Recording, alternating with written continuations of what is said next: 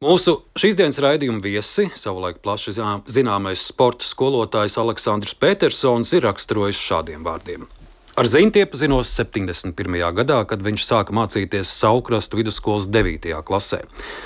Atnāca Zintis, neliela auguma puisis, tieviņš, taču viņa iekšējo apņēmību un mērķtiecību izjūtu gan nodarbību laikā, gan mācībās. Par bobsleju toreiz neviens nesapņoja, taču, kad pienāca atlases brīdis Zintis trāpīt desmitniekā, to apliecina arī viņa starts Olimpiskajās spēlēs. Šāds citāts no laikraksta Sports 1984. gadā. Tieši šis gads Zintim Ekmanim ir īpašs. 1984. gadā Sarajevas ziemas Olimpiskajās spēlēs Zintis Ekmans ieguva bronzas medaļu divnieku ekipāžu sacensībās. Neatlaidība, gribas spēks, drosme - šādi Zinti tolaik raksturo arī citi treneri. Neatlaidība palīdzējusi sasniegt augstas bobsleja virāžu virsotnes, bet drosme teikt, ko domā, prasījusi arī sāpīgus kritienus. Mūsu šodienas saruna ar Zinti Ekmanu. Zinti, sveicināti! Sveicināti! Man uzreiz ir atruna, es neesmu liels eksperts sportā, kur nu vēl bobslejā, tā kā, ja man ir kāda faktu kļūda, droši Zinti uzreiz labojiet, bet mēs šajā raidījumā esam intervējuši Jāņu Ķipuru arī. Tā kā šo to es pamatfaktus to gan jau zināšu, bet Zinti, par bobsleju, kad jūs pats pēdējo reizi ar bobu pa trasi nobraucāt? Es nobraucu kādus 8 gadus atpakaļ, laikam. Bet, par cik man tur bija nērti sēdēt, jo man bija gūžas operācija un bija bail tālāk traumēt, ja, to, un tāpēc es neesmu vairāk braukt, bet braukt man gribās vēl šodien. Es atradīšu ērtu sēdekli, tad es nobraukšu noteikti. Tepat Siguldas trasē nobraucāt to pēdējo? Jā, Siguldas. Tagad, piemēram, aizvarot acis, jums joprojām ir priekšā tās virāžas daudzās, kas ir karjeras laikā izbrauktas pagriezieni, starts. Jā, man ir. Šeit tad arī sapņos tas viss rādās. Jā. Piedošana, es pēdējo reizi braucu 22. gadā. Tad pirms 3 gadiem ir sastāvs. Jā, es braucu tā saucamo mūsu, nosacīt 90. gadu zvaigznes, jā, kas mēs skaitījāmies. Mēs braucām šī Kenigzē trasē, tur Hoppe, tur vēl dzīves bija, jā, Hoppe, Vēders, tur visādi, jā. Visas pagriezienus paņēmāt? Protams, es braucu 1934. gadu bobu. Mums tie noteikumi bija tādi, ja, kad 2 braucieni, par cik tās komandas visiem dažādas, 2 braucieni, kur tuvāk viens otru, abas brauciens tuvāk nobrauks. Es esmu nobraucis viens simtais attālumā abas brauciens, ja, un es vinēju, bet to es vinēju 19. gadā, tā bija vēl iepriekš, jā. Bobslejs, tas ir ātrums, tās ir virāžas un gadās arī kritieni. Jums ir prātā tas jūsu sapīgākais kritiens vai trakākais? Jā, man ir viens no trakākajiem kritieniem man bija šai nākošajā olimpiskajā trasē Cortina d'Ampezzo, kad man upatnieks lika izmēģināt vienu jaunas komandas ar kaut kādu citu konstrukciju, un tās komandas, protams, atbildi neeksistēja. Tās komandas braucienu vidū salūza, un tas bija diezgan smags kritiens. Man iedomājieties, ka mēs tādā nākušā virāža kaut kāds 7-8 metru augstā, un mēs izsitām kaut kādu 10 centimetru biezu baļķi. Tur virs ir tādi jumtiņi, un man tie puiši, kas sēdēja tur, Šnepsts un Poikāns, ļoti satraumējās, jo, protams, kā steigā, nekas nebija pabeigts līdz galam, nebija kāja roka, tur kā turēties, lai visus sabrāza muguras, kakli, un sasitāmies smagi. Bobslejs, var teikt, faktiski ir bijusi visu jūsu dzīve, gan kā sportistam karjeras laikā, gan arī vēlākos gados organizējot bobsleja saimniecisko dzīvi. Cik tuvu vai tālu tagad jums ir bobslejs? Es esmu dzīves vērotājs. Nē, bobslejs tā jau. Mēs ar vadību, mēs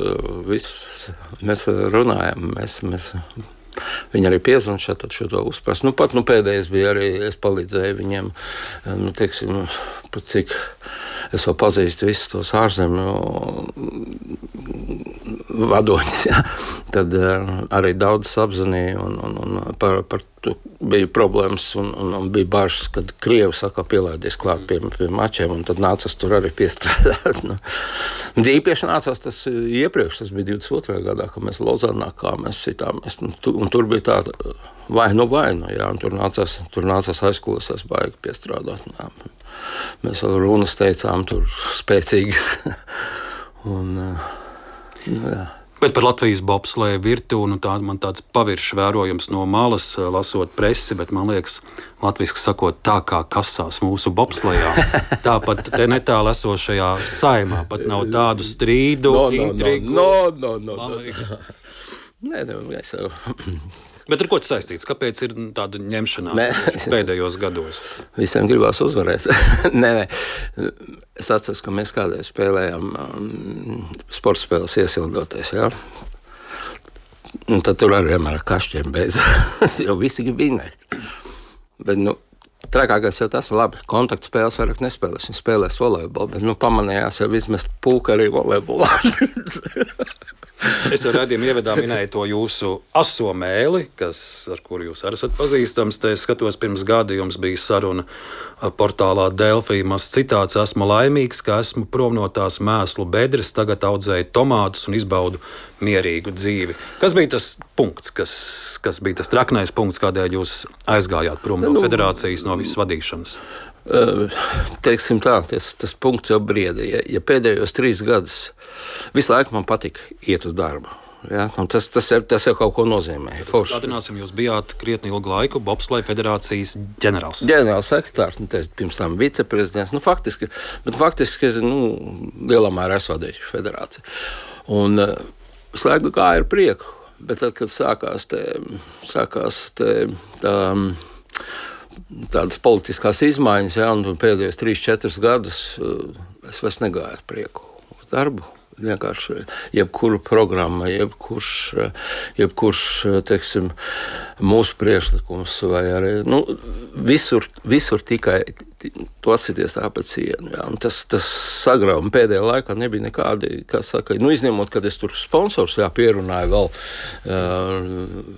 mūsu sponsorēt, bet, teiksim, tādā valsts līmenī tur nebija gandrīz nekāda atbalsta.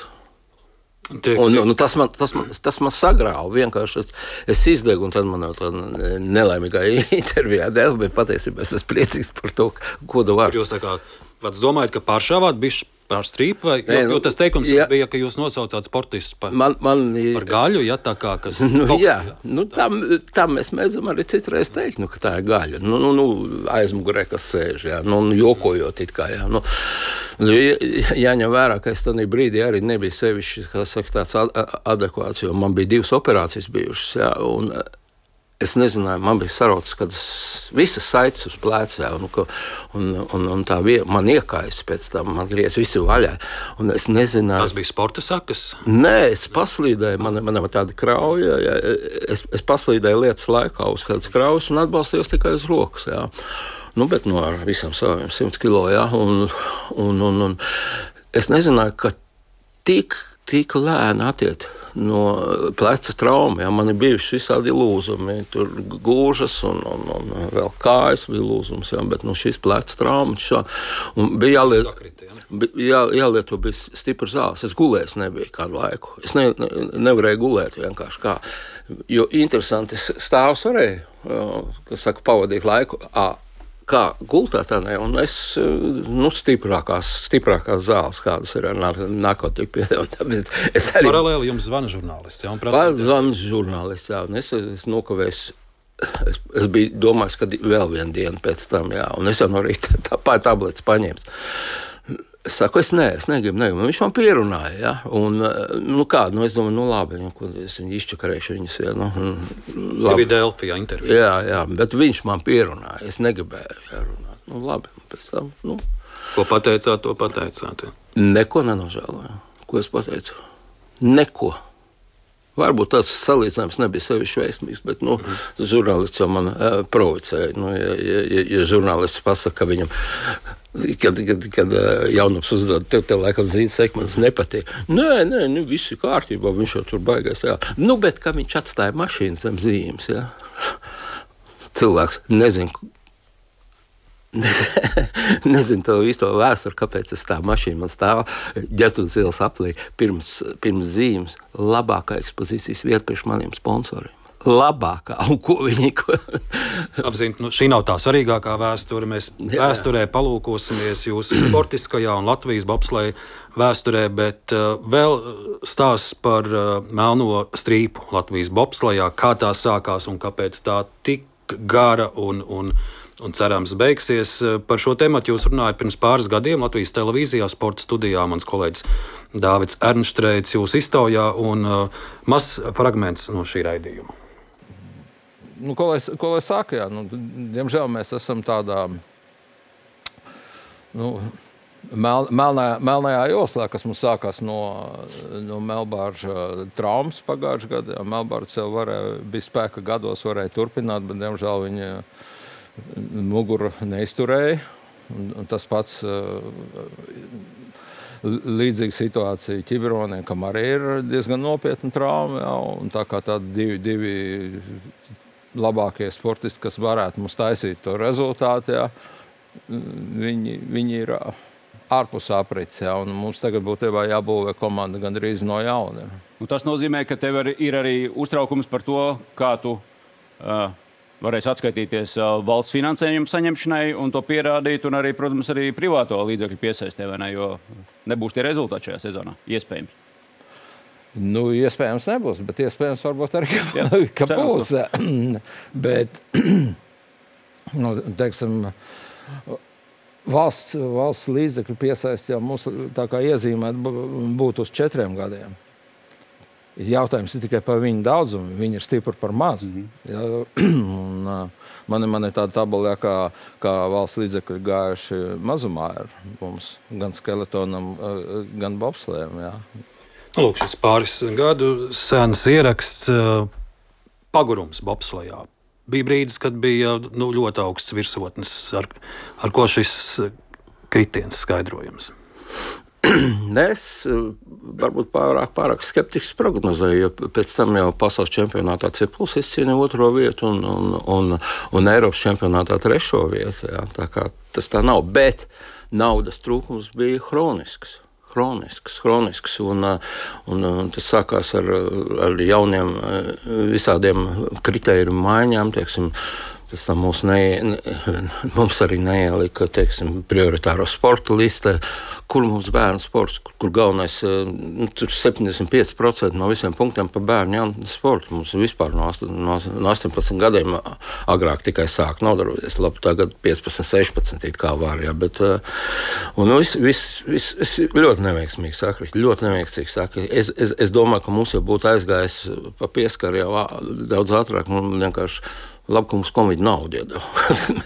Tad krīzes situācijā mēs to izmantojām. Covid naudu. Covid naudu dabujām toreiz. Ja. Kaut gan arī, Ziemas olimpiskās spēles.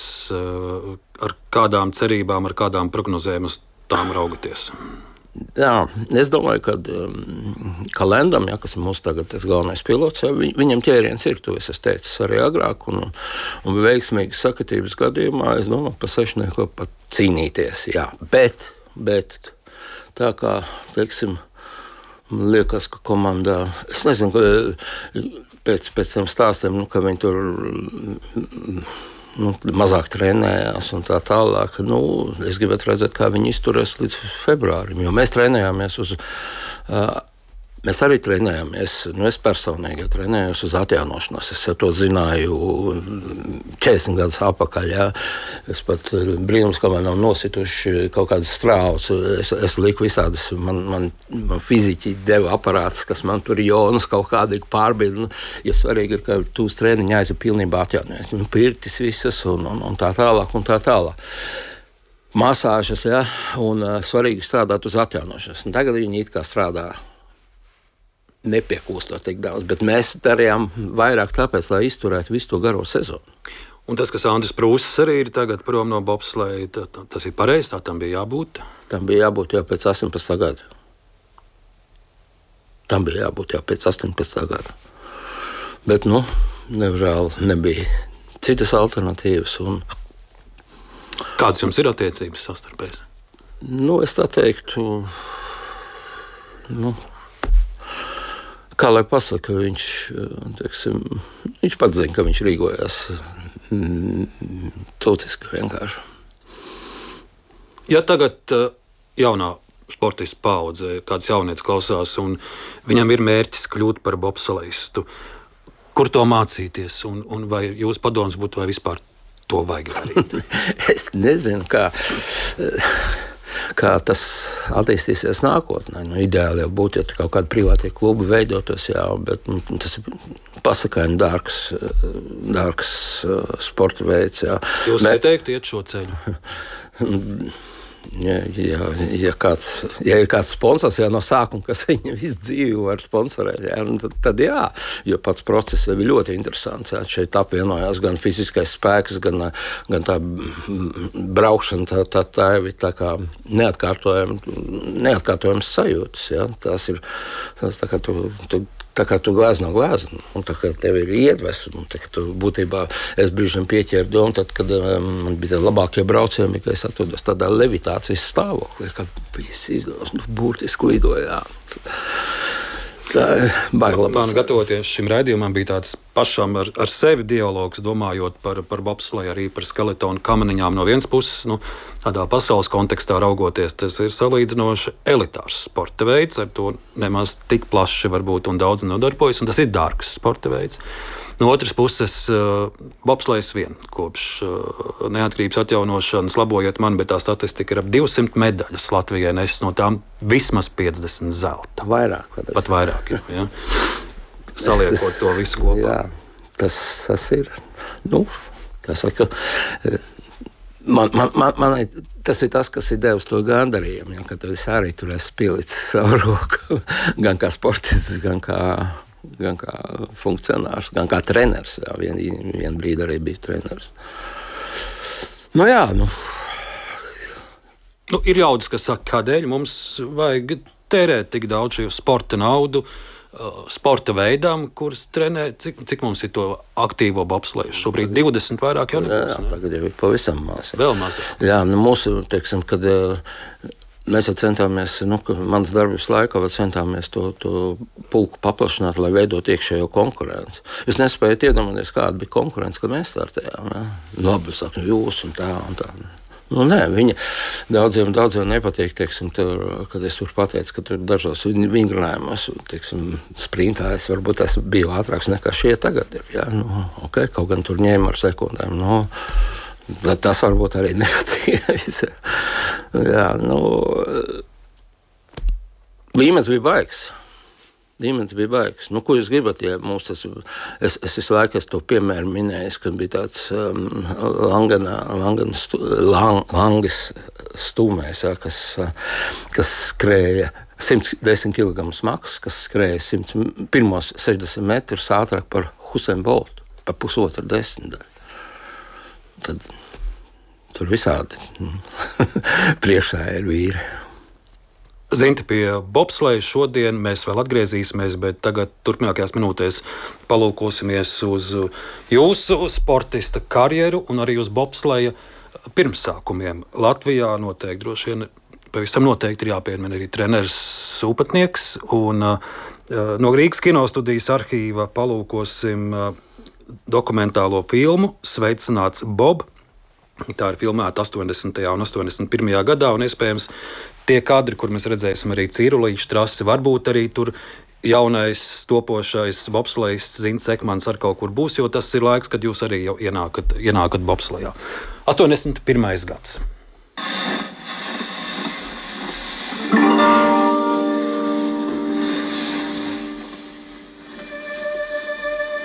Šādi sniegs tika, ja? Jā.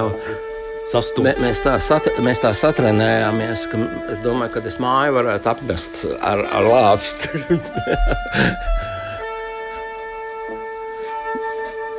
Šie iespējams ir kamaniņnieki. Tad... Kādreiz šeit dzima sapnis par rodeļu kamanām. Tagad Cēsu trasē jauns sapnis. Te mēs. Ko es esmu? Jā, šis ir cepuri? Jā. Juris Īvičs, Ķipur. Nē, Ķipurs nevi. Tas ir bobs.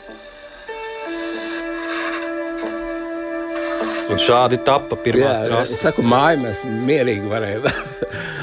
Dzimšanas vieta Vefs. Un tas ir treneris. Jā. Redzu, Dzimušais sver 165 kg un ir 3 metri garš. Oficiāli gan saka bobslēja kamanas.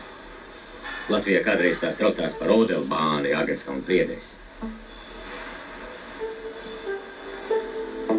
Rolands Upatnieks, viens no Latvijas kamariņu sporta aizsācējiem un treneriem.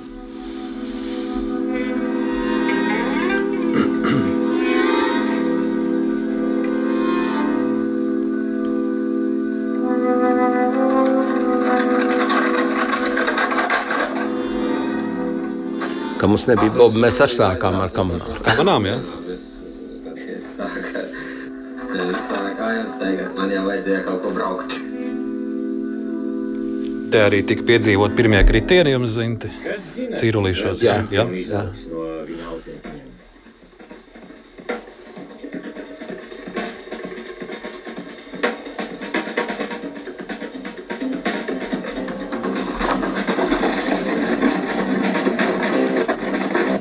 Starta platforma 80. 81. gads. Ar vienu ir prātā šī trase jums? Jā, un es teikšu tā, atklāt priekš apmācības ļoti laba trase, jo tur bija vairāk bobslēja tādi elementi iekšā. Tad, jā. Pa upenieka jau var teikt, upatnieks,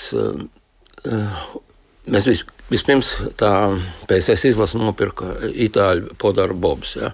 Upenieks aizveda vienu bobu uz Vefu, un Vefā inženieri uztaisīja precīzi kaut kādas 6 kopijas. Ja. Superīgi. Pat labāk nekā tie gāja. Un ar to mēs sākām mācīties un braukt. Ja.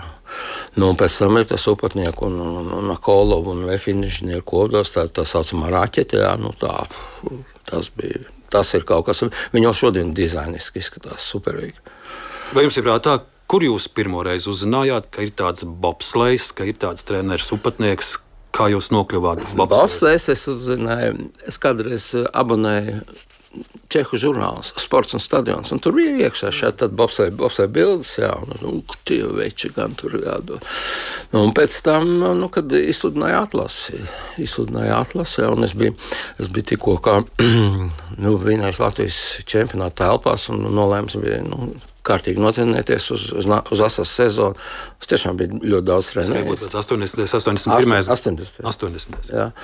Un man parametri atbild visam, lai man paņemtu tādā izlasē. Un zinties, raugoties preses arhīvā, pirmais vai viens no pirmajiem ierakstiem laikrakstos, kur pieminēts jūsu vārds saistībā bobsleju, ir 1982.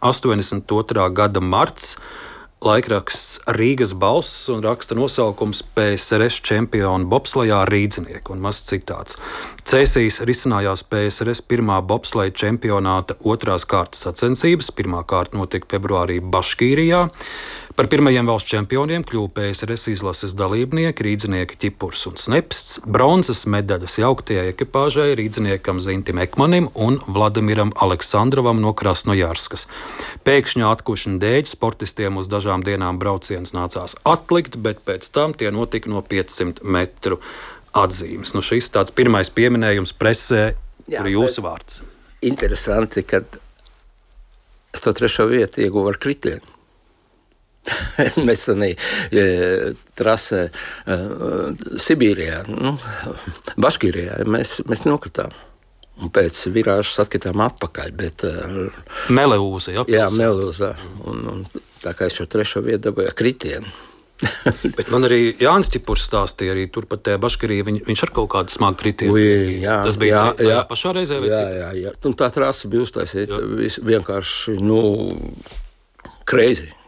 Tā trasa bija tik tik bez kaut kādiem aprēķiniem, kaut ko, kad viens Krievijas funkcionārs, es dzirdēju, ka viņš lepojās no Krievijas funkcionārs, kas ir tur no Maskavā. Es šito trasi tikai uz telegramām uztaisīju. Tad jūs varat. Un tad ir rasē, kā, protams, pie Krieviem zādzība jau no smiltīm gan uzbūvēt. Ja teiksim, Bobs brauc pa betonu atcitās, tad tur ir caurums izbirkt. Tad es no jums dzirdu, tur vispār viss arī diezgan traģiski. Protams, tas varēja. Un tādīs 80. gados īstenībā diezgan aizgāja bojā. Jo tikai tā, ka trases nebija drošas, arī mazliet tur. Jā, galvenokārt tāpēc, ka trases nebija drošas. Un arī varbūt arī citi tādi starpgadījumi. Jā. Un tad nāk 1984. gads, viens no svarīgākajiem gadiem jūsu sportista karjerā - Sarajevas Ziemas olimpiskās spēles. Pirmā iespēja PSRS izlasē iegūt medaļas un pirmā bronza Zintim Ekmanim. Ja jums manai paudzei būtu jāizstāsta, kādēļ šis ir nozīmīgi gan jums, gan vispār Latvijas bobslejam? Tas ir nozīmīgi, protams. Jāsaka, ka pirmām kārtām jau upatnieks negribēja man likt uz sacensībām. Kurš bija noskatīts jūsu vietā? Es arī saprotu viņu daļai, tāpēc, kad Poikants ar Vērzu, viņa letiņa, man jauktā komanda, jā, bet, un komandas mehānismu to pačukstēja, kad tagad dod uz pilklāpi, un tad es sacensībās visos treniņos, gan es tur laboju trases rekordus, jā. Stūmām ar uz visu jaudu, tad viņam nekas neatlika, kā mūs uzlikt uz sacensībām, bet paradoxālais tas, ka es neizgājām uz sacensību ar pilnīgu svaigumu. Mēs jau bijām, nocīnījušies smagi, lai tiktu uz tām sacensībām. Lūk, kādu konkurentu bija agrāk. Mums šodien raidījumā arī ir iespēja palūkoties uz dažiem kadriem no Sarajevas olimpiskajām spēlēm, un šis jūsu bronzas starts. Es arī ļaudis mudinu skatīties Latvijas radio YouTube kanālu, tur visi fragmenti, kas šodien tiek atskaņoti, ir arī redzami. Filma Bobsleja zvaigznājs 2014. gadā, tās autors ir Armands Tripāns, un šeit arī ir stāsts par jūsu startu Sarajevas Ziemas olimpiskajās spēlēs. Būtu mums tās zināšanas, kas ir tagad, jā, tur vispār nebūtu variants. Bija jāņem zelts, jā. Ar to, kas mums bija tādā līmenī, kā mēs bijām, tur jau bija jāņem zelts. Vienkārši mums pietrūka to zināšanu. This is Zintis Ekmanis, Soviet Union's number 2 sled. Zintis Ekmanis kopā ar savu stūmēju Vladimiru Aleksandrovu divnieku sacensībās to izdarīja pirmie. PSRS izlase izcīnīja pirmo olimpisko medaļu bobsleja vēsturē – bronza.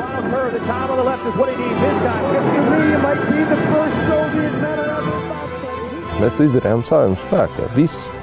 No A līdz Z. Mēs, latvieši. Bobu uzkonstruēja mūsu inženieri. Mājās latvieši tika sagaidīti kā varoņi. Treneris upatnieks 4 gadu ciklā nevienam nezināmu sporta veidu bija uzcēlis uz olimpiskā piedestāla. Lūk, 84. gada kadri, protams, uz šī boba mēs redzam uzrakstu SSSR vai PSRS, bet pie boba stūrs ir Latvietis Ekmans. Jā. Toreiz mēs satikām arī Amerikas izlases ārsts, Petrams Zariņš bija Sarajevā. Mēs viņu intervējām salīdzinoši nesen šeit. Viņš to atcerējās. Jā. Viņš vienāds.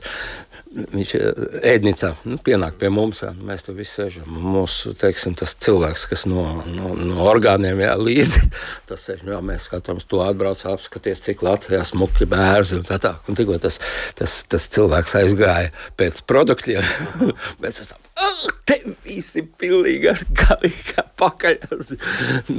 Viss, kas runāt, mēs nevaram neko, nekādas brīvības. Un kādu uzraugu jums arī bija, kas jūs pieskatīja VDK, jā? Protams, un arī es esmu lasījis ziņojumu par mums. Arī Znatnais, kaut kad Daumas Znatnais tādu jau oficiālu kopiju iedeva, kur uzskaitīt. Tie tur pa nakts klubiem staigā, tie tur uzņem tā, kaitīgs kontakts ar ārzemniekiem un tirgojās ar ikriem, laikam tas arī bija pieminēts. Bet uz Inta pēc šīs bronzas medaļas, protams, liela uzmanība arī par jums ir Latvijā un preses publikācijas šeit. Es atrodu no laikraksta Sports 1984. gada februārī rakstu pa olimpiskās sākotnes pēdām. Jums varbūt ir mājās šī raksta kopija, nav? Man diezgan daudz rakstījies, bet... Bet šis ir tāds, kur ir tāds pirmais lielais raksts par jums, un es no šī raksta vēlos pāris citātus, jo tur par jums izsakās gan jūsu māma un tētis, gan arī jūsu treneris Petersons. Tā kā, lūk, mazs citāts no laikraksta Sports. Sarajeva, olimpiskais goda piedestāls, uz kuru pakāpušies Zints Ekmans un Vladimirs Aleksandrovs. Spilgta starmešu gaisma, apsveikuma intervijas, bet tāpat Rīgas rajona kolhozā Ādaža, baltie lauki, it kā sastinguši pavasara darbu gaidās. Tos vērojot, braucam uz Zinta Ekmaņa dzimto pusi. Pirmais pieturas punkts Murjāņu sporta internāta skola, kurā strādā treneris vieglatlētikā Aleksandrs Petersons. Un viņš stāsta, ar Zinti iepazinos 71. gadā, kad viņš mācīties sāka Salkrustas skolā. Zintis atnāca, bija ar lielu apņēmību, mērķtiecību. Rezultāts ilgi nevajadzēja gaidīt. Zintis nodarbojās ar 3 soļu lēkšanu, tālēkšanu un augstslēkšanu. 11. klasē viņa augstuma rekords bija 1,93 m. Vislabāk gan veicās 3 solī.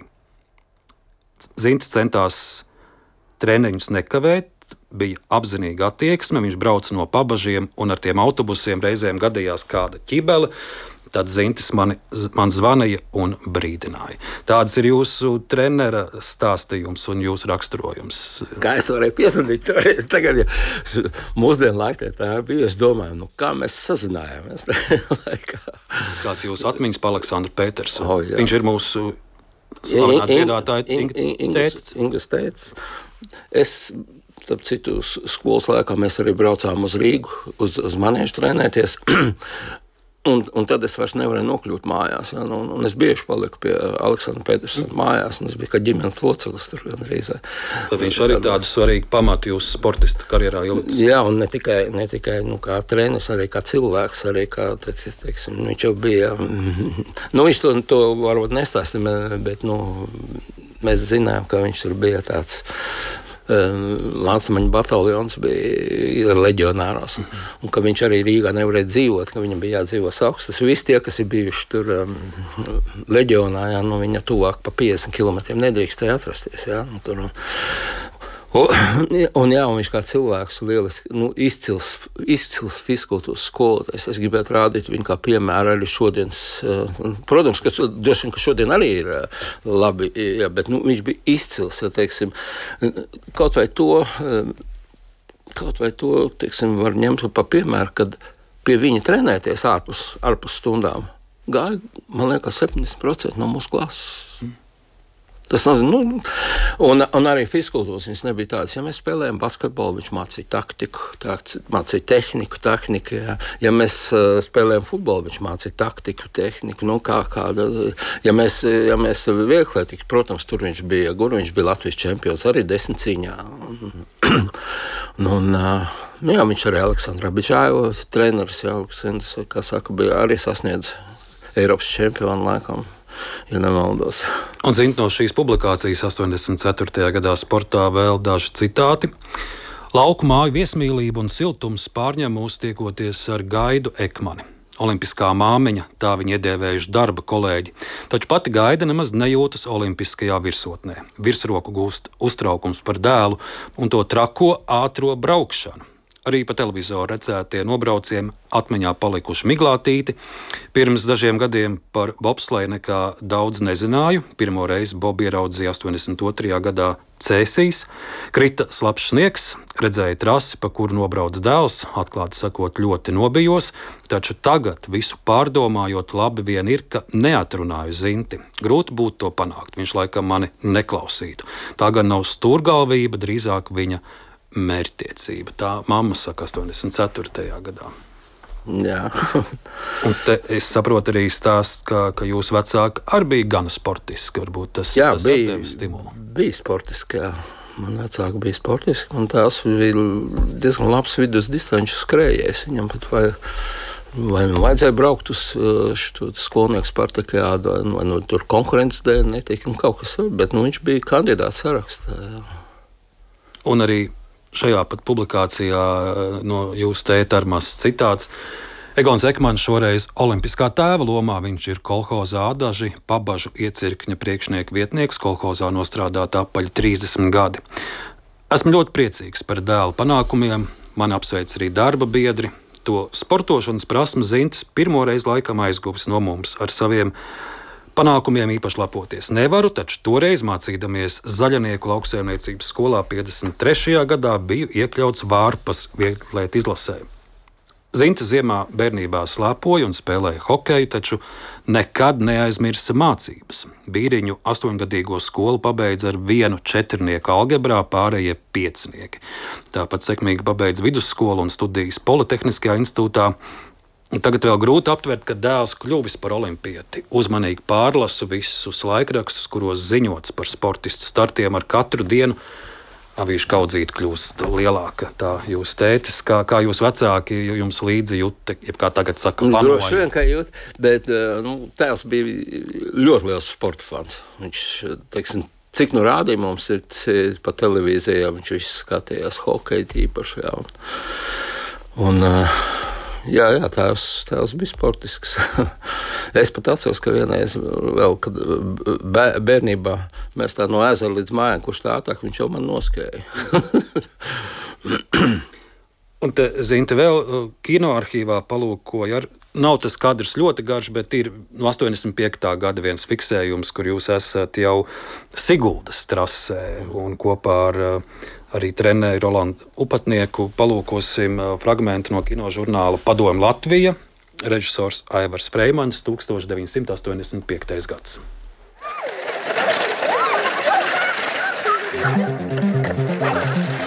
Viņu vecākie brāļi pašu būvētās bobsleja kamanās no šīs paštaisītās trases jau tikuši līdz olimpiādei, Rolanda Upatnieka sakurināti un apmācīti.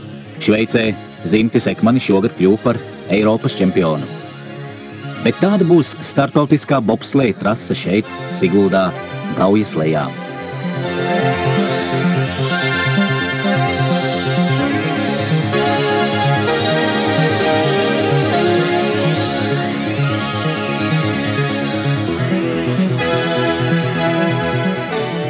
Sigulda. Kad jūs citu gadu uz šejieni brauksiet ar mums sacensties, kas zina, varbūt jums nāksies mēroties spēkiem ar kādu no viņiem. 85. gads, ja mēs ieskatāmies, te vēl trase tikai top, un faktiski pirmie laukuma attīrīšanas darbi jūs arī redzējāt savām acīm, bijāt tur klāt, kā celtniecība notiek? Tur, kur negāja traktors, tur bijām mēs.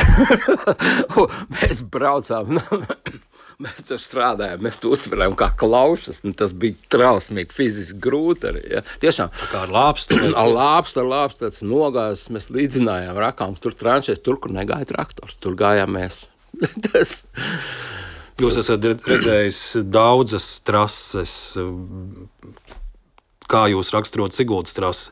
Protams, tā ir mājas trase, bet Sarežģīta, jā, lai labu rezultātu sasniegtu. Nu, tur ir ļoti daudz nianšu. Ļoti daudz nianšu. Tā kā, mūsiem daudz vēl jāmācās. Ir atmiņā, ar kur kolēģi pirmo reizi nobraucāt tieši Siguldā? Tiešām neatceros. Man te kāds piesūtīja izziņā kaut kādu rakstu kopiju, kad es esmu pirmais tur nobraucis, teiksim, oficiālajā atklāšanā. Bet, ir zināms, ka tur jau naktī bija braukšana. Nevarēja nociesties sākumā. Kaut kādi, jā. Tā kā es godīgi sakot, tiešām... Bet jūs bijāt viens no pirmajiem, ja? Jā, man liekas, es ļoti daudz brauciens. Es esmu ļoti rūpīgs, kā saka, kārtīgs sportists. Es ļoti daudz trenējos. Ļoti daudz. Man vajadzēja arī trenēties, lai izmēģinātu. Taisīju pats slīdes, viņas vajadzēja visas izmēģināt. Kā es piekusu. Jā. Es tagad brīžam domāju, kā visu to varēja izturēt. Tas ir ārprāts. Režīmu un Nebija brīži, kad gribējās visu tā kā iepauzēt vai pamest? Vai... Tā enerģija bija arī pat pēc neatkarīgas, ka mēs atgūšanas, mēs uzskatījām, ka tāda misija, mēs braucam Latviju tur popularizēt, kaut arī mums, teiksim, vairs tehnika nebija konkurētspējīga, jā. Bet mēs braucām, es atceros, ka mums sekoja CNN, tur CBS, MBS, MBT, visu Amerikā un mēs tā kā tādu vēstneši no mūsu ņēmī intervijas, jā, un tā kā likās, jā, mēs esam. Kā es teicu, noskraidījos ar sarkano karodziņu visu laiku. Zinta, pēc brīža palūkosim arī kadrus no Albervilles olimpiskajām spēlēm, kad Latvija jau ir atguvusi neatkarību arī no virkni citu jūsu startiem, bet tagad mūsu raidījumā ir laiks sadaļai, kur mēs palūkojamies uz mūsu viesu radurakstiem, uz senču saknēm. Cik, Zinta, jūs pats esat pētījis vai esat pētījis, piemēram, ekmaņi, no kurienes nāk un ko viņi ir darījuši? Jā, es pie Miķeļa apstājos. Miķels Ekmans. Man tālākais ir. Vecvectēvs. Jā. Tad, Zinta, mēs būsim tikuši vēl tālāk, kā ar vienu mūsu raidījumā Zemgales vidusskolas latviešu valodas un literatūras skolotājs Kristiāns Jakubovskis cenšas, ko vien ir iespējams arhīvos un baznīcas un muižu grāmatās atrast. Tad, Zinta, lūkosim, ko Kristiāns ir atradis par ekmaņiem. Sveiks, Arni! Sveicināti Zinti un sveicināti cienījamie Latvijas Radio 1 klausītāji.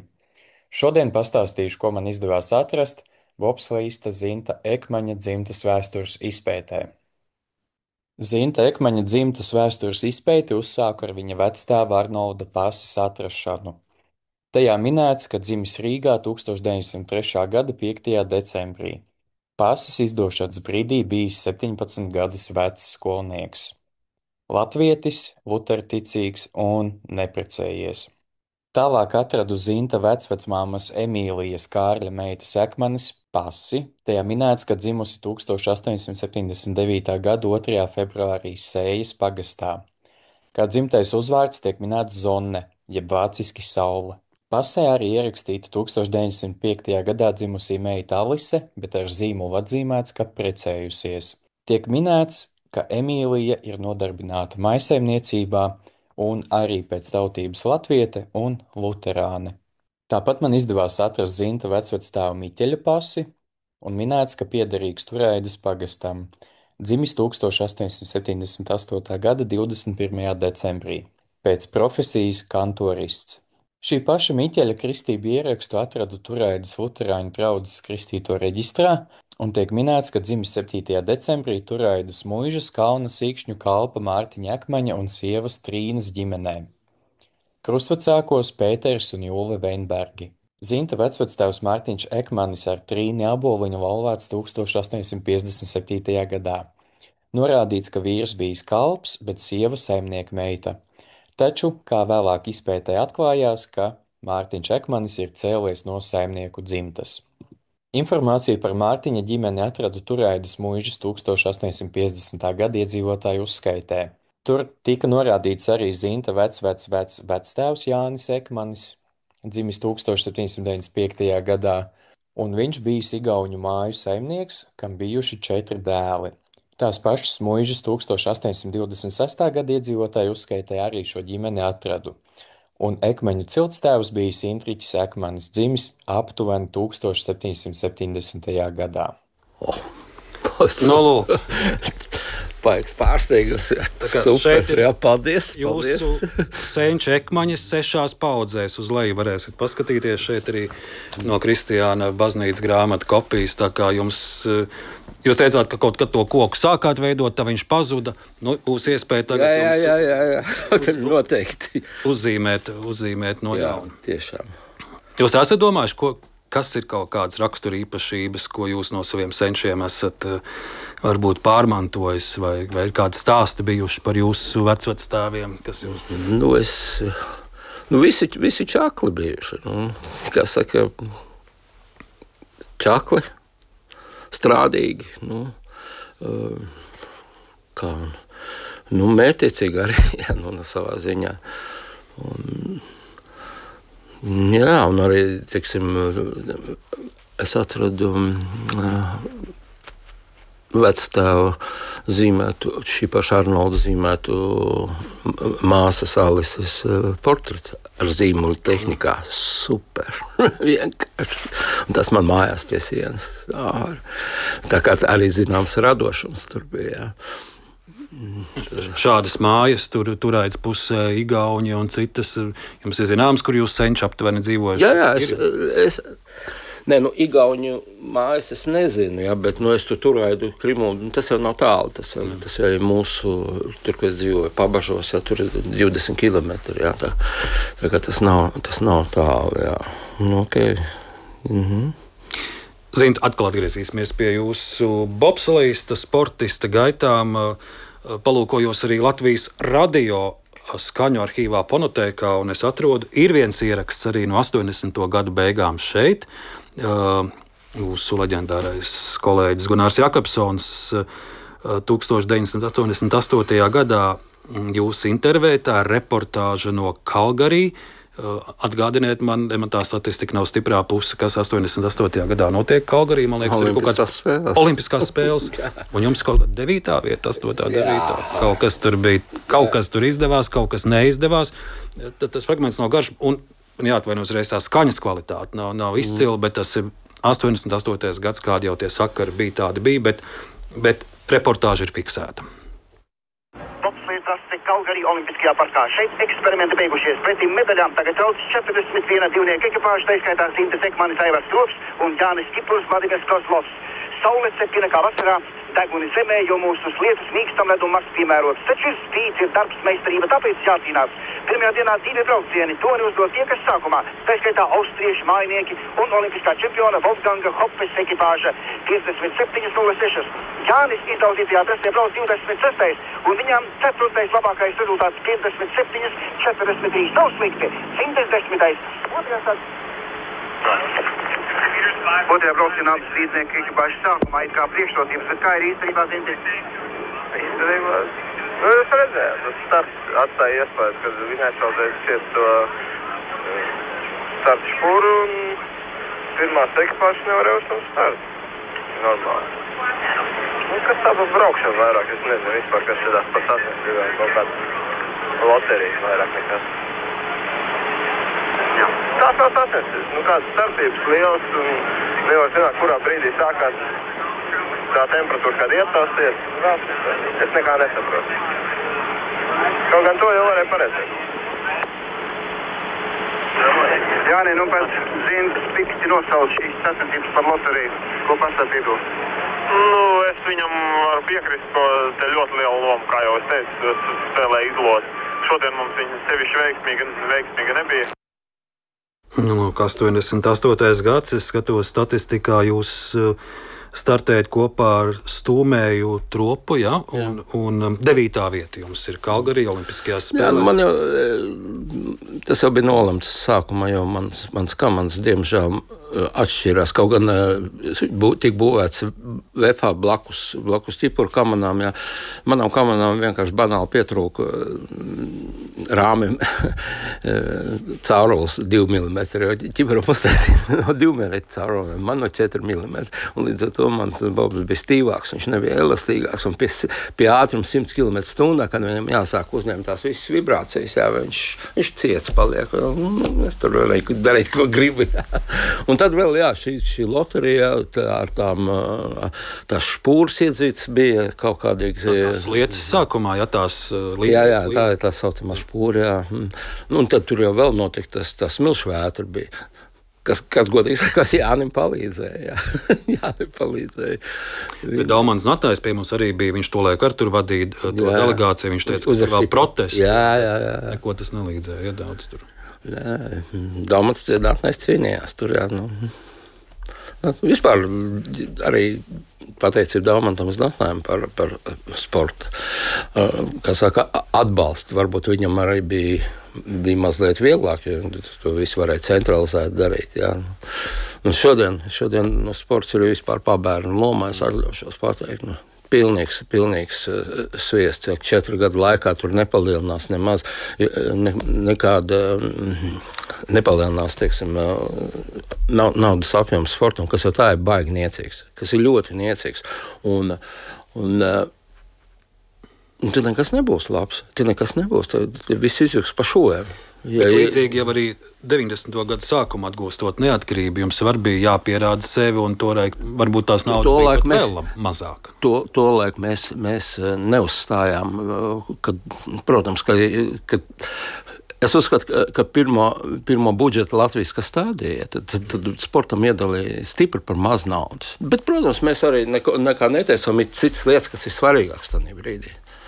Un tādā pašā laikā pieauguma nekāda nav bijusi mums, tikai procentuāli vienmēr pieaudzis. Kāds bija tas 90. gadu sākums? Pilnīgi nabagmāja. Un pa vidu vēl, protams, visi trauksmēnie notikumi. Esmu redzējis bildes, kur arī jūs un citi bobslējisti ir tajos svarīgajos izšķirīšos brīžos, arī janvāra barikādas. Jā, tas bija. Mums bija jābrauc prom uz sacensībām, parasti tas viss notika caur Maskavu. Jā. Bet 13. Februārī, tad Viļņā...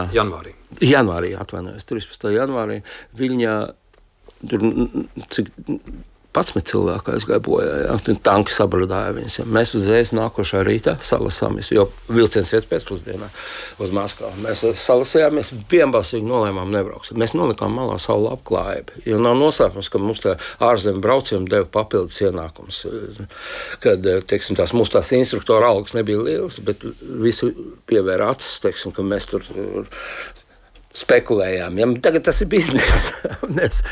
mēs kā saka, apmierināja un pieprasīja, kāds bija šeit mūsu pelēkajā zemē. Bet mēs nolikām to labklājību visu malā un nezinājām, kas būs. Un aizgājām uzreiz, notupējām 2 nedēļas ministra kabinetā, pie Godmaņa kabineta. Jā. Un kā manas aizgājuši? Un tad nāk 1992. gads, Latvija atkal atgriežas uz sporta lielākās skatuves olimpiskās spēles, atkal sarkanbalts sarkanais karogs no 92. gada Albervilles olimpiskajām spēlēm, arī mazs jūsu atmiņu fragments. Vecam apakaļ uz 90. gadu uz Albervilles spēlēm. 90. gadi. Mūsu bobsleja pilots Zīns Ekmers. Treneris galvenais. Treneris, Lūksne, Sandis. Kas ir pirmā atmiņa tev ieraugot šos kadrus? Slikti norganizētas spēles? Nē, tur bija vien brīdi, tāds baigais hauss. Jā, tā staigā koncentrējos. Nopietni spēki. Kāda bija tava pirmsstarta rituāla? Es zinu, ka viss nevar droši vien stāstīt, bet tā salīdzinot ar pārējiem. Paskaties, kas man pats būs. Pirms mēs, tā ir, var teikt, mūsu pirmsstarta meditācija, trases izbraukšana. Mēs jau starp citu bijām startā vislabākie, tikai mūsu tehnika, diemžēl, mēs netrāpējām Tur nebija varianti augstāk par 15. 16. vietu tik. Jo pēc tam, kad es iegādājos Vācu Bobi, tad pašā Albervils trasē rudenī, es biju 5. vietā pa 3 simtdaļām no 3.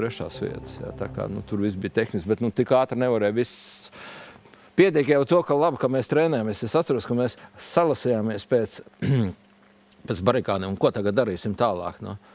Un es vēl pateicu tos pārnotos prātus. Beči jāmauc, jātrenējas, un man liekas, ka mēs ieliksim pēdējā vilcienu. Es godīgi gatavojāmies. Mans partners arī, Aldis Ina, mēs godīgi gatavojamies, un tāpēc mēs bijām fiziski diezgan spēcīgi. Tādas atmiņas par Albervilu arī fragments no Latvijas televīzijas sporta studijas, un man kolēģi jūs iztaujā Reinis un Dāvids. To var redzēt arī dažos kadros. Jums tur tāda tiešām kā rituāli, kā jūs tur tādu griežaties. Kas tas viss bija? Man nezināt. To mēs izbraucam trasi domās. Jā.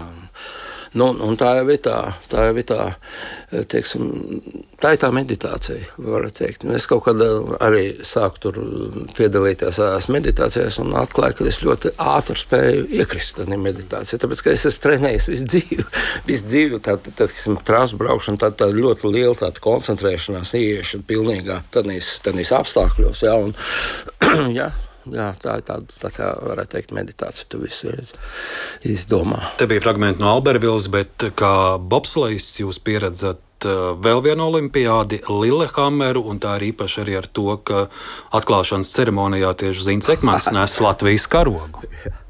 Tas bija pārsteigums tāds.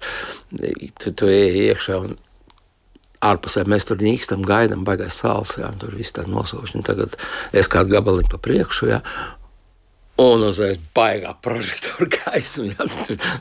No tumsas gaismas bija drusku tā kā apjuka pēc pilnībā. Lillehammerē arī 9. vieta un lēmums pielikt punktu bobslejistu karjerē. Jā, es tā izdomāju, kad es labāk iešu un palīdzēšu, teiksim, nebija cilvēku, kas nodarbojās ar organizēšanu un tā tālāk. Es pats visu organizēju, un tas man arī būtībā traucēja sasniegt tos rezultātus Latvijas neatkarības laikā. Es pa vidu kaut ko, teiksim, nodarbojos mazliet arī ar tādu biznesu. Kas bija jūsu biznesa? Es sāku, teiksim, apdrukāt lietas, gāju pie firmām, jā, un tas diezgan normāli aizgāja man. Un, zinu, šodien raidījumā runājot par Latvijas bobsleju pieredzēto un vēsturi, viena epizode, kas noteikti ir jāpiemina, un tā būs bobsleja vēstures grāmatā, mums nozaktā medaļa Soču spēlēs. Jā. Jā. Man jau zvanīja no Krievijas viens, teiksim, 2013. gada novembrī. Novembrī kaut kad, jā. Zinti, viņi te visi sagatavojušies, viņi paņems visu. Es saku, bēdz, tā tā nevar. Viņš saka, neuztraucies, viss ir atstrādāts. Jā. Es saku, bēdz, tā tā ne. Un tā es arī aizmirsu par to sarunu. Es tiešām neticēju, ka var notikt tādas lietas. Jā. Viņš izrādījās.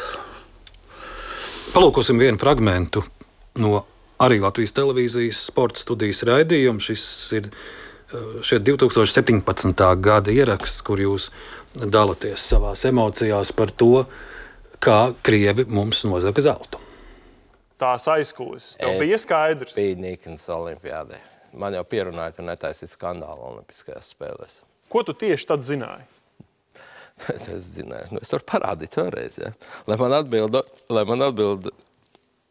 par šito rindiņu, to var redzēt. Ātrumu, ja? Kas ir redzama mūsu starptautiskā bobsleja mājaslapā. Ātrumu Melbārdim un ātrumu starpību būtībā. Tik milzīga starpība. Viņi tur kaut kur nojūdzās. Latvija ir daudz lielāks ātrums nekā Krievija, saprotu. Jā, un nogriez iet līdzīgi vai Krievijas pārstāvs ātrāk. Tā nevar būt. Un šeit kaut kas viņa programmā nav nostrādājis. Bet šim nav nekāds sakars ar McLaren ziņojumu. Būsim godīgi, tas pavisam kaut kas cits jau. McLarens mums nāca kā tāds, var teikt, negaidīts atrisinājums.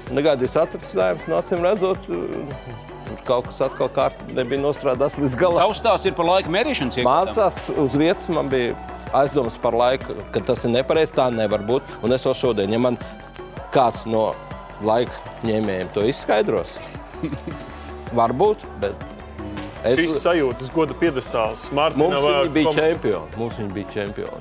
Gan Mārtiņš, gan Oskara Melbārs četrnieks. Kas tagad notiek? Kāda ir tā situācija tur, kad puikas brauc mājās? Tagad notiek tā. Lūk, tālāk arī garš tās, bet pagājuši jau vairāk nekā 10 gadi. Atgādiniet to īso kopsavilkumu. Kā tas notika? Kā mums nozaga zeltu?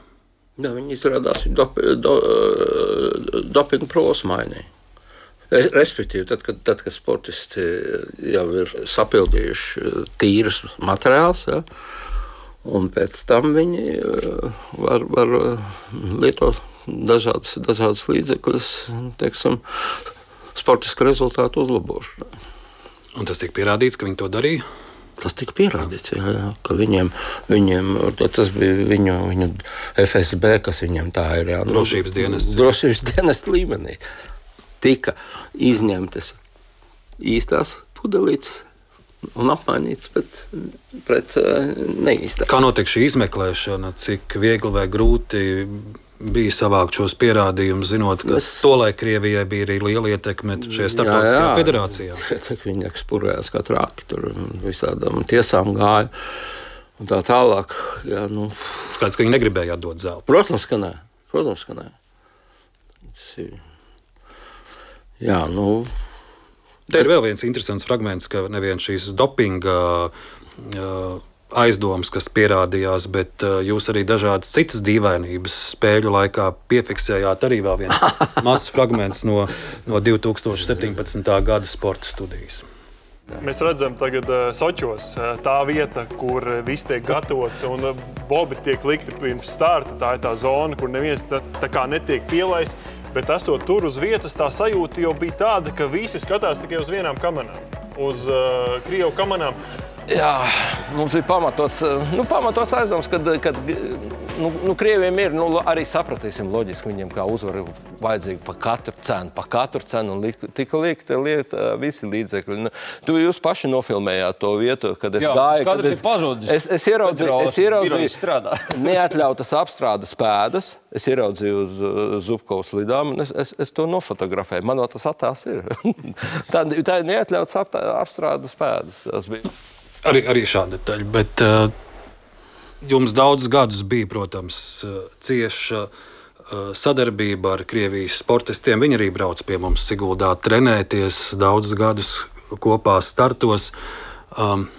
Ir vēl kaut kādi kontakti saglabājušies saites? Mēs visi saites nogriezam.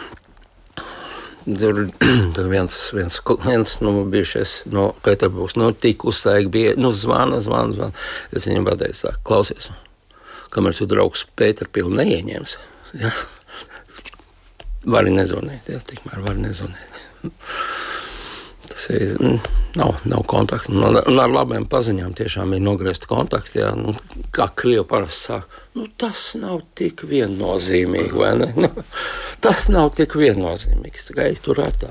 To ir interesanti dzirdēt, jo šajā raidījumā iztaujājo dažādas ļaudis, gan no aktieru vidas, no kino, pat arī pirms nedēļas baleta mūsu vadītājs Aivars Leimans, kurim arī bija plaši kontakti Krievijā. Viņš saka līdzīgi, ka viss saites ir pārāvs, jo šie cilvēki izklausās tajā propagandā kā nozombēti. Līdzīgi arī ar sportistiem. Viņi tak visi ir armijā arī pie tam, jā. Mēs jau, kad cīnījāmies par to, lai Krievs nepielaiž, tur Ukraiņi arī piegādāja tos materiālus, visi tur ir armijas oficieri, visi tur. Jā, un arī pasakots ir viņu Facebook ierakstiem, jā. Tur arī var pateikt, kāda ir viņa noskaņojums. Kāds viņa noskaņojums. Nē, tas ir kontakti nogājis. Pat Krievu filmas es nevaru noskatīties. Nē, nevar. Nē.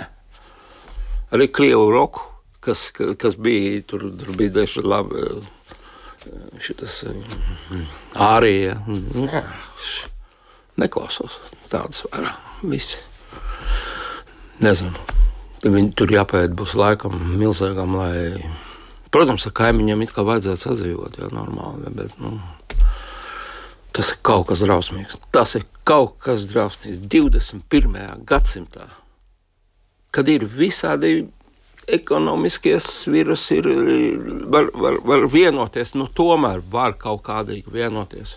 Nē, ir jāiet slapko cilvēku. Tas ir kaut kas vienīgi.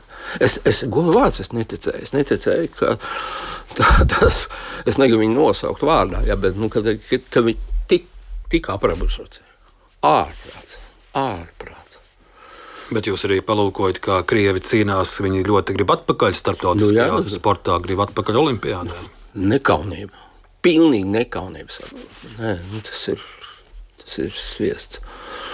Un tā olimpiskā starptautiskā arī tur jau rādas tāds lojalitātes pazīmes. Papētiet viņu Krievu sportistu šos te ir. Un kā paralimpiķiem laida spēlēt. Tur iespējams ar tiem paralimpiķiem būs tādi, kas ir nogalinājuši Ukrainā cilvēkus. Viņš ir kļuvis par invalīdu, jā. Ārprāts. Es nezinu, toreiz es, kad teicu,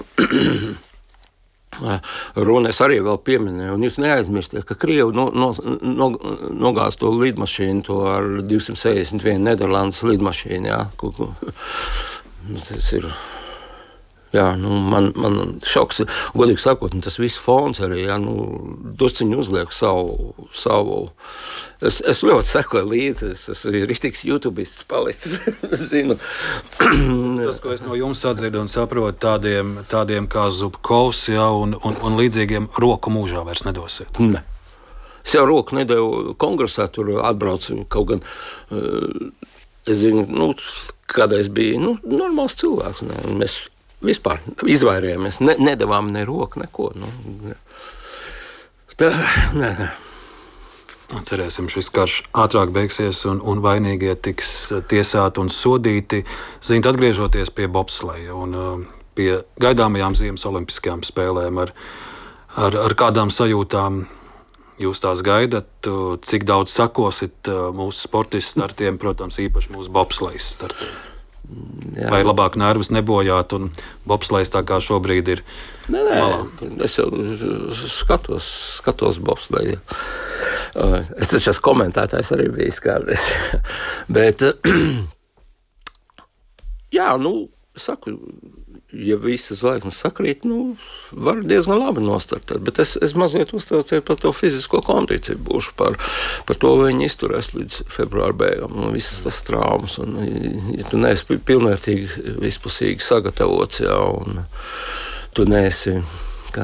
Mēs sakām tomēr, kad ir jānomirst stadionā, jā, bet labi, tev pēc tam ir jāatjaunojas.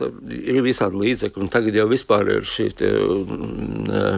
medicīniskie līdzekļi jau uzlabot, ir daudz labākas atjaunošanās iespējas nekā bija mūsu laikā nebija, varbūt pat vispār īsti. Jā, bet, jā, tā. Cerēsim uz labāko. Cerēsim uz labāko, cerēsim, ka sports nepaliks pabērnu lomā. Jo tomēr jaunieši skatās, mēs runājam, bērni jaunatni. Jaunieši skatās, viņam vajag kam līdzināties. Un ja viņam nebūs kam līdzināties, tad jau iznāks viss te pa viduvējībām. Un kas arī vērojams mūsu politiskajā spektrā. Nav tieksmes uz perfekcionismu, uz izcilību. Nav. Ļoti retiem. Tagad jau aiziet tā moda uz to e-sportu, sēdēt divānā un telefonā. Jā. Un tad būs problēmas ar mugurkaulu, jā. Un ja mugurkauls, tad tur aiziet vispārējās sistēmas beigās. Un kas tad beigās ir? Nē. Bērniem ir jāiemācās visiem skriet, lekt, peldēt, jā, vingrot, jā. Bērniem ir tā jākustās. Agrā specializācijā arī nav pareizi, jā. Vispusīga fiziskā sagatavotība galvenais. Tā saka Zins Ekmans, kurš nevien ir olimpiskais medaļnieks, bobslejs, bet jaunībā pusauģu gados arī izcils 3 soļlēcējs, tāllēcējs un kas bija 3. disciplīna? Augstlēcējs. Un augstlēcējs. Zinti, liels paldies par sarunu. Jā, paldies. Es saku arī paldies maniem Latvijas radio kolēģiem Ilzei Agintē, Reinim Budzim, Arnoldam Auziņam, Ernestam Valtam Fjodorovam. Paldies arī Latvijas Nacionālajam arhīvam un Latvijas televīzijas arhīvam. Turpiniet klausīties Latvijas radio.